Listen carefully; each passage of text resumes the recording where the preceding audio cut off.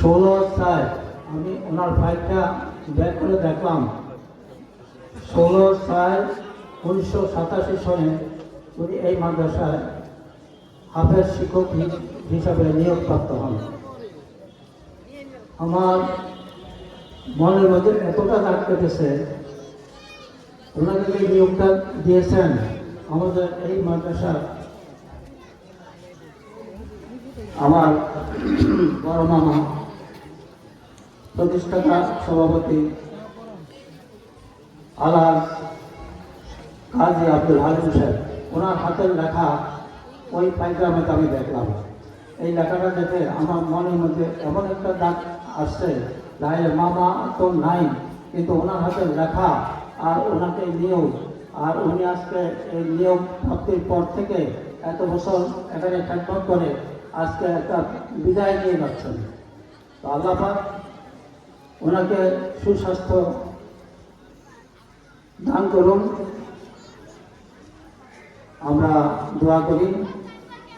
ওনার সঙ্গে বলতে গেলে এই মাদ্রাসা প্রতিষ্ঠা করা হয় 1981 সালে। আমার মামা 1980 সনে ওনার সরকারি চাকরি থেকে উনি বঙ্গভবনে প্রেসিডেন্ট সেক্রেটারি, বঙ্গভবন ঢাকায় অ্যাসিস্ট্যান্ট সেক্রেটারি প্রেসিডেন্ট ছিলেন। উনি ওখান থেকে রিটায়ার করার পরে 80-তে রিটায়ার করছেন, 81-তে এই মাদ্রাসাটা প্রতিষ্ঠা করছেন। এই প্রতিষ্ঠার লগ্নে যে স্মৃতিচারণ যদি আমাকে করতে হয়, আমার মনে পড়ে দারুল মান কারবার শরীফের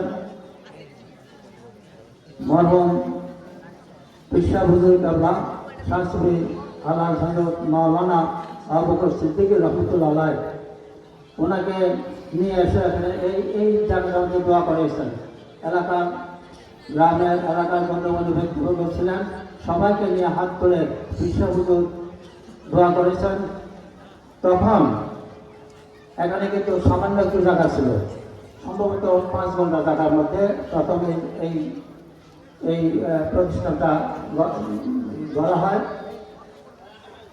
দোতলা টিনের ঘর আর চারিদিকে টিনের বেড়া, দোতলা টিনের ঘর, চারিদিকে টিনের বেড়া, এই দিয়ে এই যা প্রতিষ্ঠা করা হয়। তখন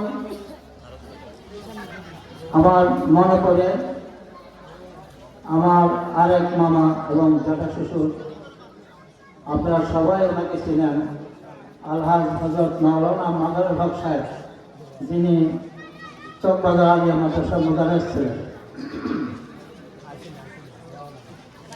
তো আমার মামা কাজী